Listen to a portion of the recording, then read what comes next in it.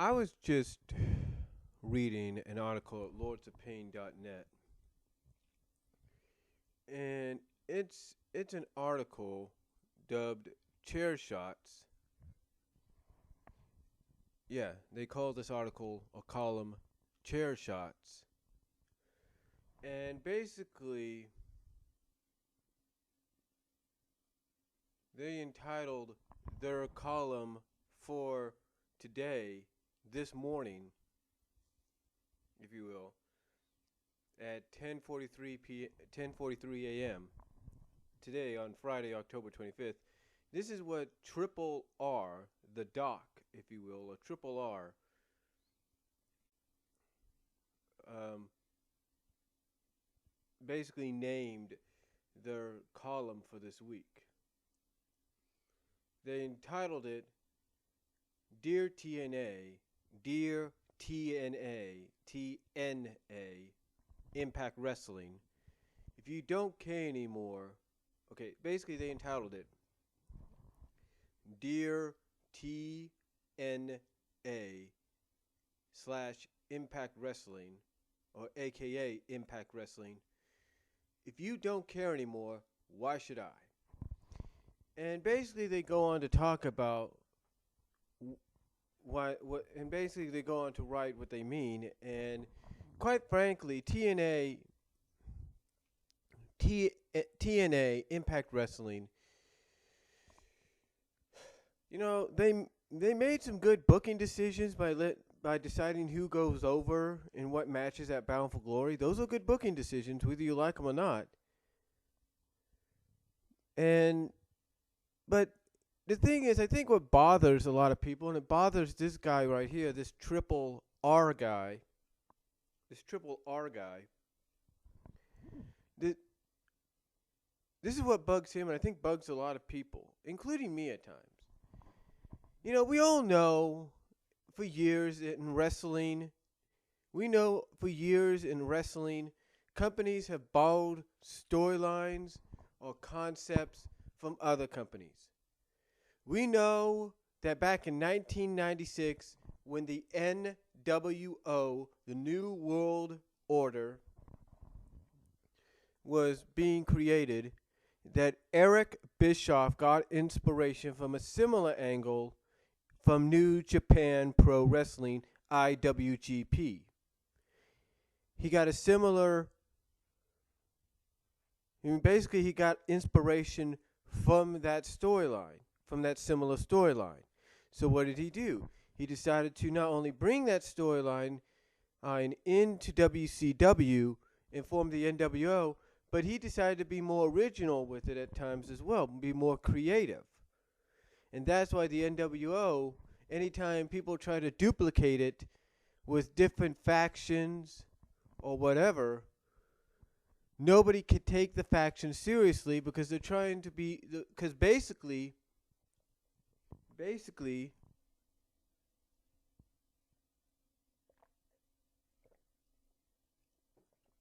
drinking some eggnog there, but basically, anytime another company tries to do a revision of that group in some ways, nobody could take him seriously because we had seen it before, and the fact that nobody, not one group, nobody can duplicate what the NWO was in WCW. No one can duplicate that, and nobody ever will. And TNA has done this constantly, probably more than anybody. TNA has done this constantly more than anybody. Think about it. In the recent years, what have we had? In recent years, what have we had? We've had the Main Event Mafia, NWO-like group. Okay. NWO, maybe Evolution-like group. Okay, fine. When it originally started. Then we had World Elite. Sort of a NWO, somewhat of a Evolution-like group as well. Then we had Fortune, which was basically a TNA continuation of the Four Horsemen. And how did that turn out? You have Fortune go babyface, and the person that basically helped create Fortune remains on the side of the NWO like Immortals faction. That's right. Let's not forget about them. Immortal was another thing that came around. And if that ain't all, if that's not enough, how about the fact that now you have aces and eights, which is down to 3 members. But knowing TNA, they'll say, hey, let's increase it again. Again, the reason nobody could take groups like that seriously is because they're just blatant rip-offs of groups that were originally created in other promotions or improved on or inspired by other things and improved on in other promotions. Nobody could take these other factions seriously because because basically they're trying to be what you cannot be. They're trying to be the NWO. And that's why nobody takes any of these factions that TNA Impact Wrestling has brought us over the past few years. Nobody could take them seriously. But if that's not enough,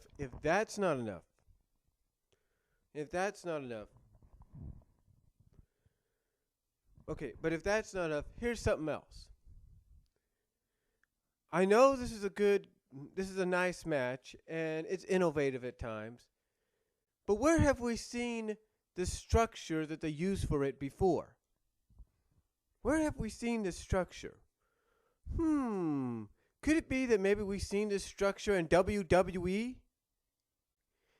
If you don't know what I'm talking about the Asylum, the TNA Asylum match. Have you not noticed that the structure is almost similar in some ways? Almost similar in some ways to the Elimination Chamber?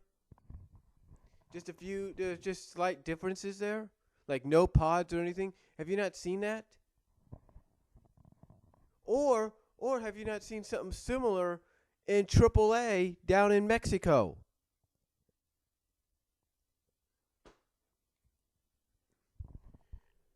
Yeah, talk about originality. But if it ain't ripping off factions, trying to basically rip off and try to, create something that cannot be recreated, despite what group it will be, and even by trying to create your own kind of match out of a concept that's similar to a match that's south of the border, that takes place south of the border, or even similar to a match that's one of the most intriguing matches, if not one of the more anticipated gimmick matches out there, or cage matches out there in the WWE. If it's not that, if it's not trying to recreate the NWO that cannot be recreated, then it's trying to steal bits and pieces from current and past storylines. Now I know what you're saying, and I agree. Taking storylines and all that from other companies is it's not uncommon. It's common. Basically, it's not uncommon, it's common. Yeah, and I get that. I get the fact it's not uncommon, that it is common. That's bound to happen, and it always has and will happen. And I understand that sometimes they try to improve on it by saying, hey, at least we're going to do this and show footage of it, unlike the competition. And yes, you have to give them credit for at least doing that. But here's the thing, though. Here's the thing. Here's a fact, folks. Here's a fact. It's one thing to rip off or steal a storyline from the past or rip off, steal, or use a storyline from the past from one promotion in your promotion. Basically, it's like, it's one thing to steal a storyline or use the same storyline almost down to the exact same conclusion in your company that was used already years ago in another company. It's one thing to do that, but it's another thing to steal bits and pieces not just from past storylines, but to steal bits and pieces from current storylines. You want a good example? Gail Kim, your new Knockouts champion. How does she win it? Thanks to Lady Tapa. Lady Tapa comes to Bound for Glory, power bombs Brooke Tessmacher. Gail Kim covers her 1, 2, 3. They tease like there's going to be some kind of tension between the two. But instead, what happens?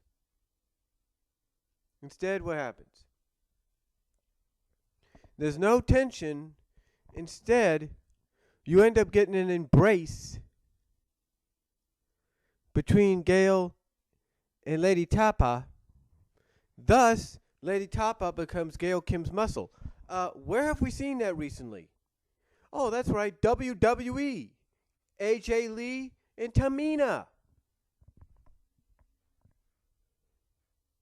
I mean, goodness sakes. This is why people are pissed off at TNA right now. Because TNA is not doing anything original. If you wanted to be original with the knockouts, here's what you do.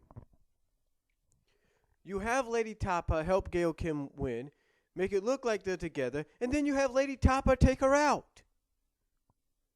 Yeah, you have Lady Tapa take her out at Bound for Glory after it looks like she's going to align with her, and then basically tell her that this is what it's about, kind of give an indication that Gail's probably the easiest person to beat. That would have made more sense.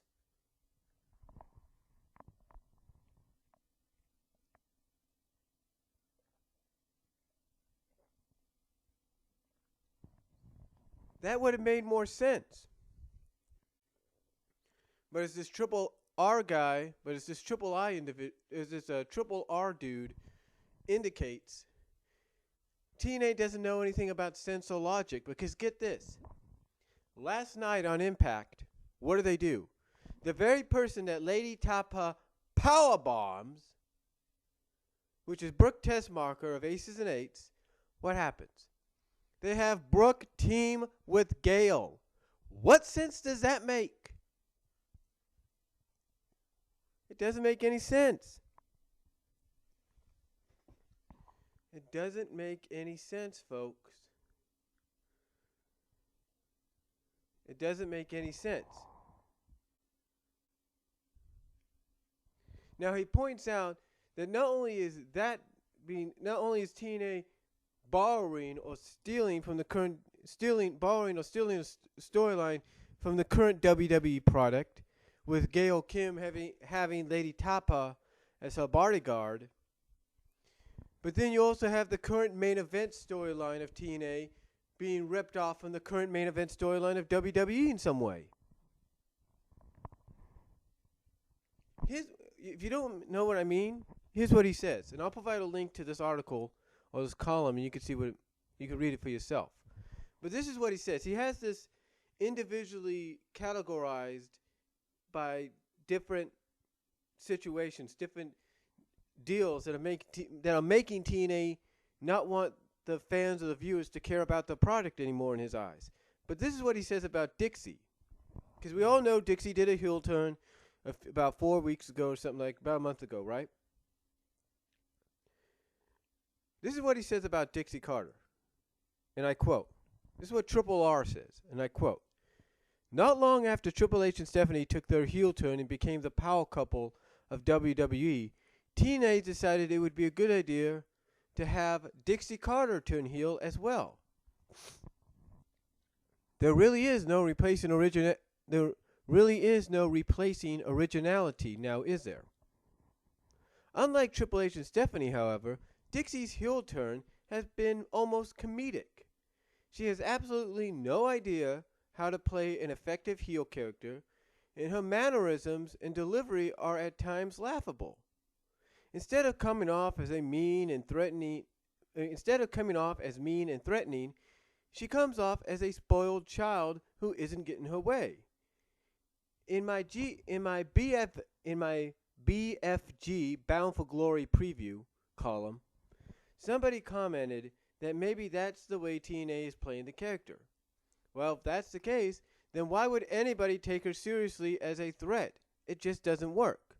So once again, TNA has borrowed from the current WWE product, but when it comes to the heavyweight title, they not only borrowed from one storyline, but from several at the same time. Okay, now what he's talking about is, and I agree with this. I totally do.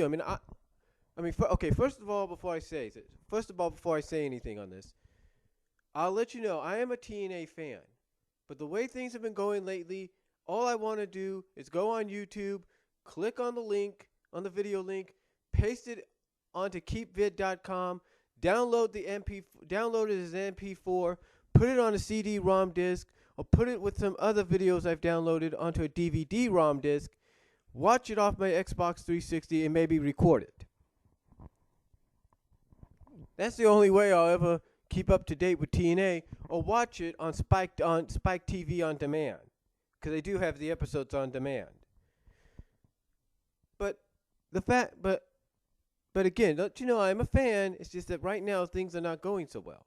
I mean, I'm excited that AJ's the champion, and at least they're trying to do something with him that's different for their company, but not so different to the wrestling fans. But again, getting back to my response about when he's talking about Dixie Carter, again, this is one of the things that really pisses off fans, because because think about it. I mean, even I have to agree with this. Don't you find it ironic and coincidental that not that long after SummerSlam, where Triple H and Stephanie turned heel, that all of a sudden, about a week or two later, Dixie turns heel? Don't you find that kind of ironic? The only problem, though, is Dixie is one individual, and one individual who really has no wrestling experience whatsoever, competing or promo-wise, is not going to be an effective heel character. Triple H and Stephanie are more effective because they've been there. They were there 13 years ago. 13 to 14 years ago, they were there. They were in that role. And they played it as effectively then as, in the eyes of some, they're doing now.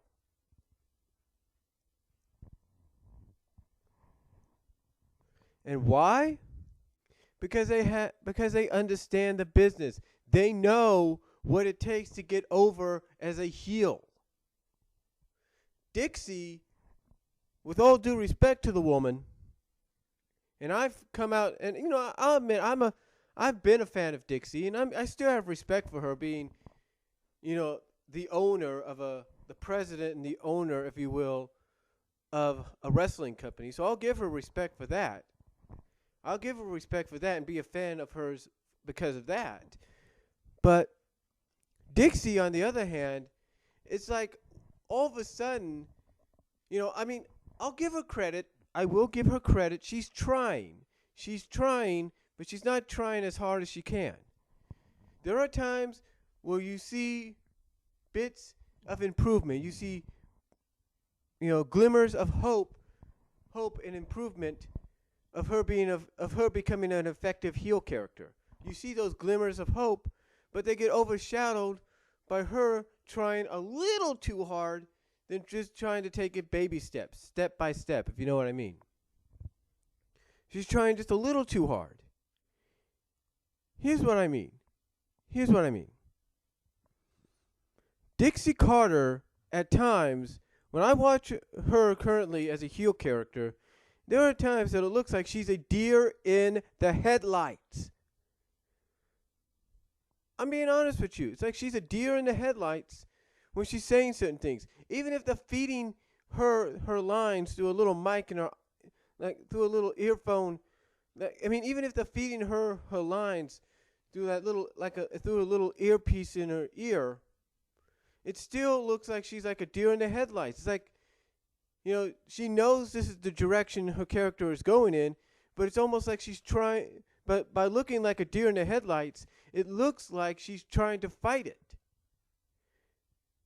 What I mean is, her being the effective heel character that she's trying to be, and again, there are times where you see glimmers of hope and glimmers of improvement where she could become, where you know that if she gets better, if she takes baby steps and gets just a little bit better day after day, night after night, week after week, that she can be an overall effective heel character.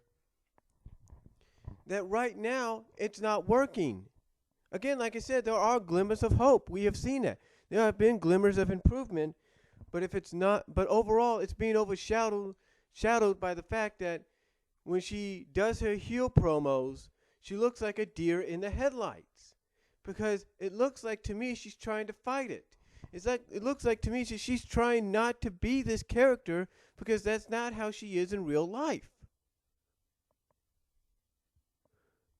But again, this is something that TNA needs to improve on. But like I said, don't you find it coincidental that a week or two after SummerSlam, TNA does the same thing almost with Dixie? But again, the big difference is Stephanie and Triple H come off as threatening. I mean, literally, they come off as threatening, and people and the wrestlers and the divas, they take them seriously. Through storyline, they take them seriously.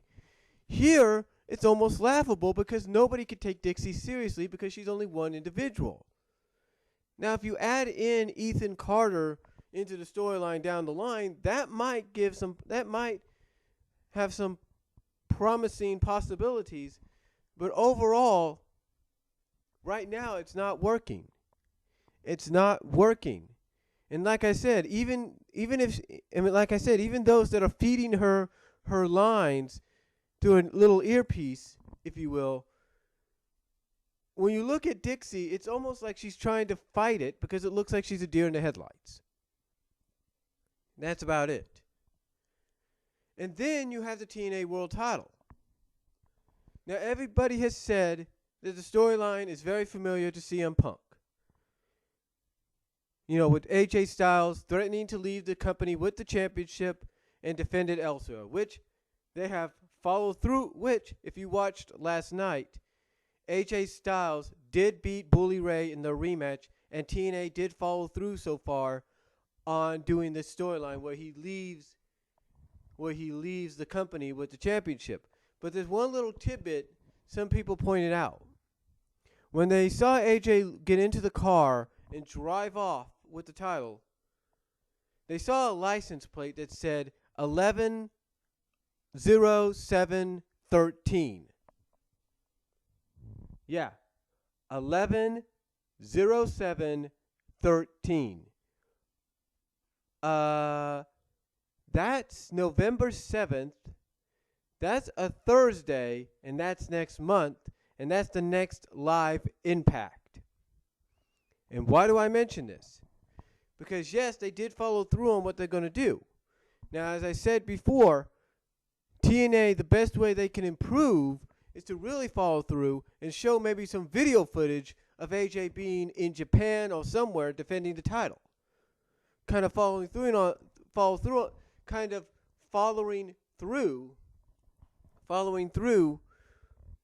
the storyline of him defending it in other promotions. Now, here's what's funny though. Yes, TNA has followed through on the storyline so far. Yes, they can probably improve on the storyline by actually showing footage of AJ defending the title in Japan, in New Japan Pro Wrestling, or Wrestle-1 promotion in Japan. Have him do that. And that would be something that WWE didn't do with the storyline when they involved it around CM Punk. back in 2011, at least they would show video footage, because at least TNA would show video footage of of AJ defending the title in other promotions, mostly in Japan. Something that WWE didn't do with CM Punk, and again, that might be an improvement by TNA to say, hey, look, at least we're following through on what you guys never could. And again, that would be an improvement. I will agree on that. But despite that, when people look at that license plate that says 11/07/13, that's not only the date of Impact, the next live Impact, but that's also the date of when a tournament, you knew they had to go in this direction, right? A tournament was going to take place to crown a new World Heavyweight Champion.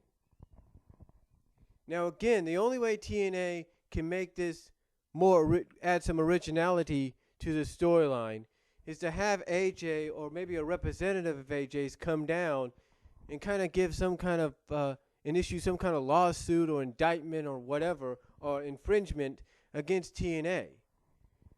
Because if they would do something like that, where they have somebody come down and say, you've been issued a cease and desist order on this tournament, or an infringement of saying, hey, if you try to crown a new champion, you'll be infringing on your current championship, on your current champion, who is AJ Styles. That's the only way I think there's any originality can be added. And then the only way this tournament could take place is to crown a number one contender. That's the only way. That's the only way.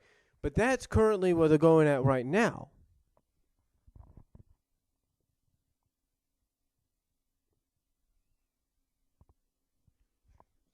Now, that's not the only thing that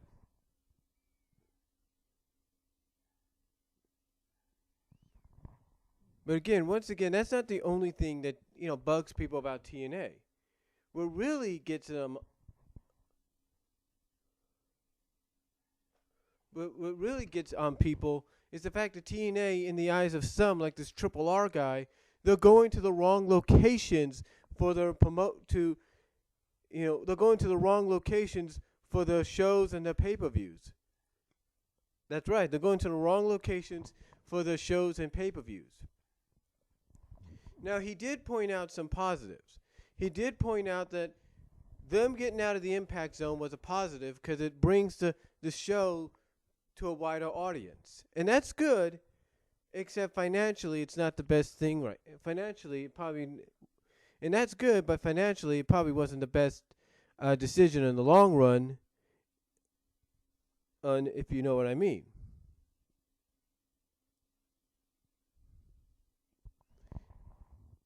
Again, financially it may have not been the best decision, but he points out that basically, it may not have been the best.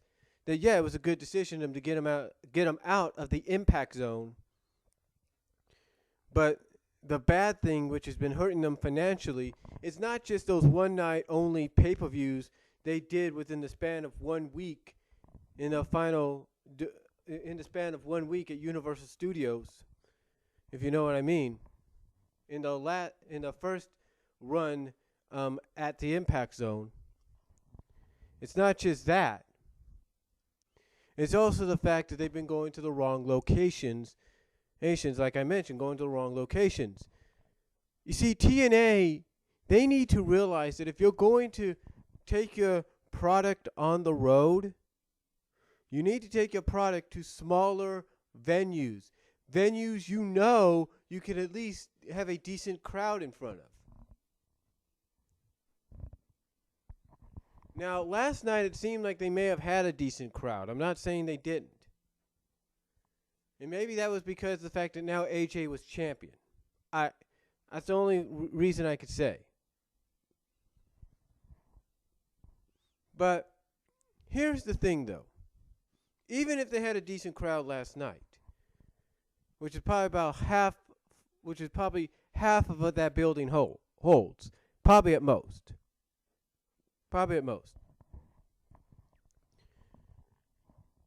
Here's the thing. The reason they probably got a decent crowd there is there has not really been a wrestling company come back to that. There has not really been a wrestling show there in quite some time. So that's why they were probably able to get a decent crowd. But my point is, and what this guy's trying to point out, is TNA needs to go to better locations. They need to go to the venues that hold about 5,000 to 10,000 people at most. Or at least hold up to about 1,000 to maybe 6,000 people at most. That's what they need to do. I know that sounds crazy. I know that sounds pathetic. But financially, what's better off? What do you think's better for them? Going to an arena and a venue that holds about 12,000 to up to maybe 15,000 people? Or going to a venue you'll have at least a large enough, if not decent enough crowd to appeal to? My decision, go with the smaller venues. Why do you think they stayed in the impact zone for as long as they did? Whether you like the place or not, whether you like those that the audience that attended there or not, the reason they went to the impact zone, the reason they stayed there is because they knew they would always have a decent sized crowd. They would always have a sellout. Why do you think when they started taking Impact on the road that they would just go to the smaller venues like the amphitheaters or the theaters in general, or high school or community college gymnasiums or armories? Why do you think they would do that? Because they knew they would get a decent sized enough. They knew they'd get a decent enough crowd size-wise to appeal to. They knew that. But when you start having people book you in bigger arenas, unless your product's on fire, you're not going to get you're not going to get some big crowds. I mean, you're going to get some decent sized you'll get some decent crowds, but you're not going to get a sellout. I mean, when they did Philadelphia, when they did Detroit for some of the pay-per-views, they had decent sellouts. There's no denying that. They had decent sellouts. But when you're going to do a show, well, not decent sellouts, but they had decent sellouts, decent. They kind of had decent sellouts, I guess you could say, in their minds for their company. But the point is, if you're going to take your wrestling product, take it to where people love wrestling. Why do you think the WWE hasn't gone down to San Diego, even though that's the home of one of the greatest superstars, Rey Mysterio? Why do you think they haven't gone there in a while? Because that's not a wrestling town. A wrestling town, believe it or not, are places like Los Angeles, or places like San Francisco. A wrestling town is like places like Dallas, Texas, Lawrence, Kansas, Topeka, Kansas, Kansas City. Wrestling towns are like a Philadelphia, like a Detroit, like a New York. These, like a St. Louis. These are wrestling promotions. These are wrestling territories that made a name for themselves in the past and are still trying to at times today with the independent promotions. The fact is, these are the kind of places you should take your product to. Not try to take it out to an arena where, you have wrestling fans, but you only get 3,000 in the arena, and the other side is completely open. It's basically completely, instead of blacked out, instead of having the other side that doesn't even barely have anybody there, if all, that's basically completely empty. Instead of tarping it off or blacking it out, you instead leave it visually wide open for people to take pictures of, and maybe having bits and pieces of it seen on television.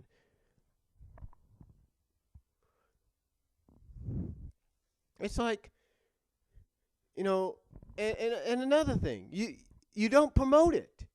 That's one thing that gets people interested. You got to promote. And the only time you ever see Impact promoted is an Impact pay-per-view, a TNA pay-per-view promoted, is during Impact itself. You don't even see Comcast or AT&T or Time Warner when you go to your on-demand channel and you're choosing a movie or something to watch. You don't even see the on-demand people advertising a TNA product. Yeah, TNA has an on-demand channel, don't get me wrong, but you don't even see them. You don't even see the people, the on-demand host or hostess talking about, hey, tune in this Sunday or this month for TNA Bound for Glory. You don't even see that. It's like, what is the point? What is the point of having a pay-per-view in a location like San Diego if you're not going to promote it? If you're not going to promote it well outside of your own show, what's the point? What's the point if you're not going to pay for maybe a minute or 30 seconds worth of TV time to advertise it on other channels? What's the point? I mean, heck, look what you did back in 2010 when you brought in Hulk Hogan. You brought Hulk Hogan into TNA in 2010, and what did you do? You kept advertising on USA. You kept advertising on USA and all the other NBC-related channels or all the other NBC, now Comcast-owned channels. You would advertise. All right, Hulk Hogan coming to TNA. Tune into TNA. Tune into TNA. And look, I'm a Hulkamaniac. I've always have been. And I was happy to see Hulk Hogan in TNA. But the problem is, why? But here's the problem. You advertise his debut then on other channels, and yet now you don't even want to advertise on other channels even for 30 seconds of an upcoming pay-per-view. That's truly pathetic. And that's what gets people upset. Again, to me, I agree, TNA needs to stay in the wrestling territories. They need to stay around those areas. Or at least, if you're going to come out to the West Coast like California, you need to book in the smaller venues. Like if I'm TNA and I decide, hey, let's try Modesto, California. Let's try Modesto. Guess what? Try the junior college or try the Gallo theaters. You'll get a decent crowd. Or go to Tracy, California. Oh, let's go try Tracy, California. Try the Grand Theater. You'll get a decent crowd. Stockton, California. Try the Bob Hope Theater. You get a decent crowd. These are venues they need to go to. Or at least go to junior colleges or community colleges. Don't try to go to bigger places. Unless you're promoting it as much as you can. Unless you're promoting it almost nonstop. You know, if I was TNA, I would have had Sting, I would have had Bully Ray, I would have had Kurt Angle, I would have had Magnus, I would have had AJ Styles. You know, I would have had them all going on various radio shows around the world, around the country, various radio shows. I would have had them appearing on places like ESPN or Fox Sports, and I would have had them promoting the heck out of this pay-per-view. So that at least people could say, oh, TNA's coming to San Diego. Let's buy some tickets. Or let's order it. You see, that's what TNA needs to do, but they don't. What do they do instead? Let's put a billboard up on... Let's put some billboards up, and that way people will know we're coming to San Diego. It doesn't always work, folks.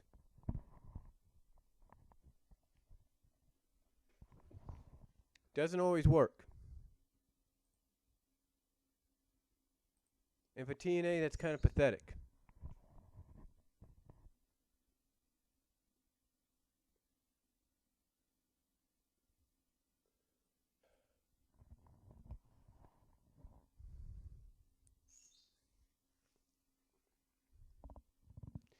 And I'm not saying TNA is going to die, because everybody's asking, is Impact Wrestling TNA going to survive 2014?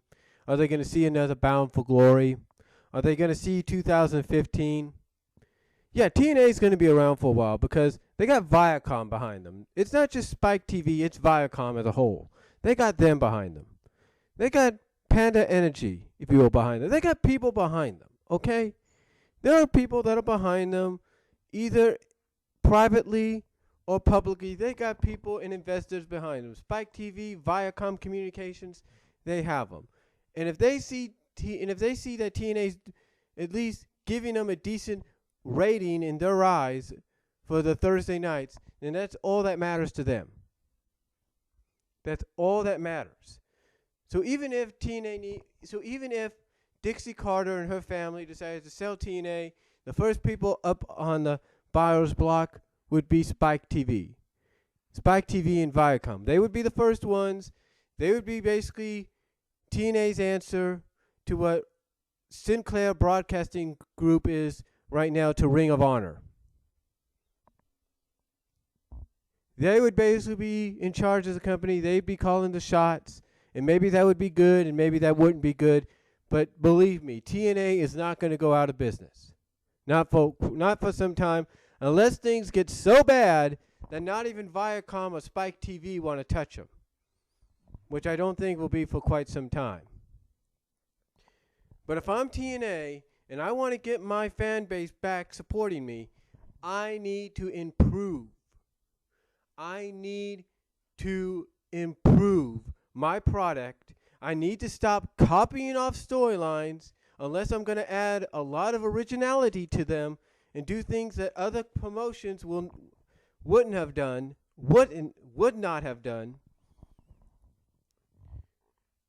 And I create interesting, and besides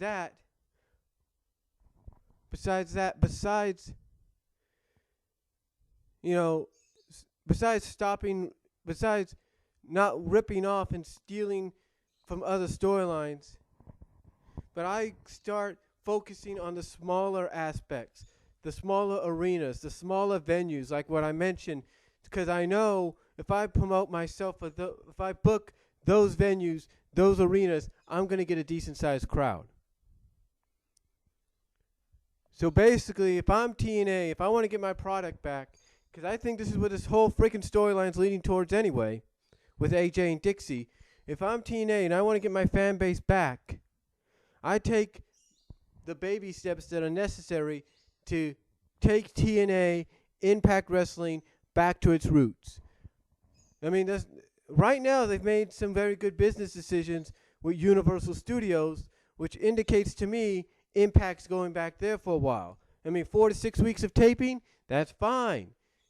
You get 4 to 6 weeks of taping there, that's fine. Saves you money. You'll be able to rebuild your roster, whatever you're going to do, it helps you out. Why do you think they had a decent knockouts roster when they were at Impact, at the Impact Zone? Because they had the money to sign the people. And that's what they need to do. They need to stay in places like the Impact Zone. They need to go to the smaller venues that they started out with once again, because they get decent-sized crowds. Stop trying to go to the big arenas because WWE goes there. You're not WWE and you're not WCW. You never will be. You never will be. What you are, if anything, is a hybrid of WCW, ECW. That's what you are, a hybrid. And that's all you're ever going to be. Another thing is you need to get out of this Memphis way of thinking. Because obviously that's what a lot of people look at your company as nothing more than, at times, they look at your company as nothing more than a nationally, worldwide Memphis territory. That's all you are in the eyes of some with some of the decisions that you make. And TNA needs to stop making those kind of decisions, get out of that Memphis thought of wrestling. They need to get out of that and start doing what's right for the company. And what's right is to start small. Stay in the impact zone. That's fine. Go to the smaller venues. That's fine. But try to once again go back to your roots and be that true alternative that you once were. Don't be afraid to bring back the Monsters Ball matches. Don't be afraid to bring back the barbed wire massacres. Don't be afraid to bring back what you've been bringing back lately, the Ultimate X's. Don't be afraid to bring back, the Gauntlet for the Gold. Don't be afraid, if you will, to bring back matches that you like, the Clockwork Orange House of Fun. Don't be afraid to bring that back. Bring these kind of matches back. Help TNA become that alternative again. TNA needs to do that. Because right now, all they are is a hybrid of WCW, ECW with Memphis thinking behind it. And they need to get that Memphis thinking behind it. Because look, ECW didn't last as long as TNA did. But guess what ECW did that got them over with the crowd out in those 7 years? Guess what they did? They stayed in the smaller venues. They stayed in smaller venues.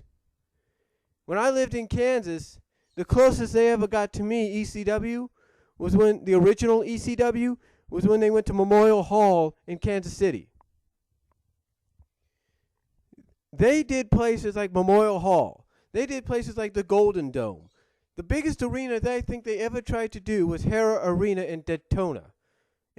Not Daytona, but Hera Arena in Dayton. That's all. The biggest one I think they tried to do was Hera Arena in Dayton. They never tried to surpass anything else than that. Because they would always keep it in smaller venues. And anytime they needed to save money, they would just go back home and do some tapings, if not do some pay-per-views from the new Alhambra Arena, the ECW Arena. They would go back to that, and that helped them out at times. The point is, TNA needs to take a page out of those kind of books and say, you know what? We were doing financially well. We had a great and decent roster of men and women wrestlers while we were in the impact zone and while we were booking ourselves at these smaller arenas and venues. We need to go back to doing that.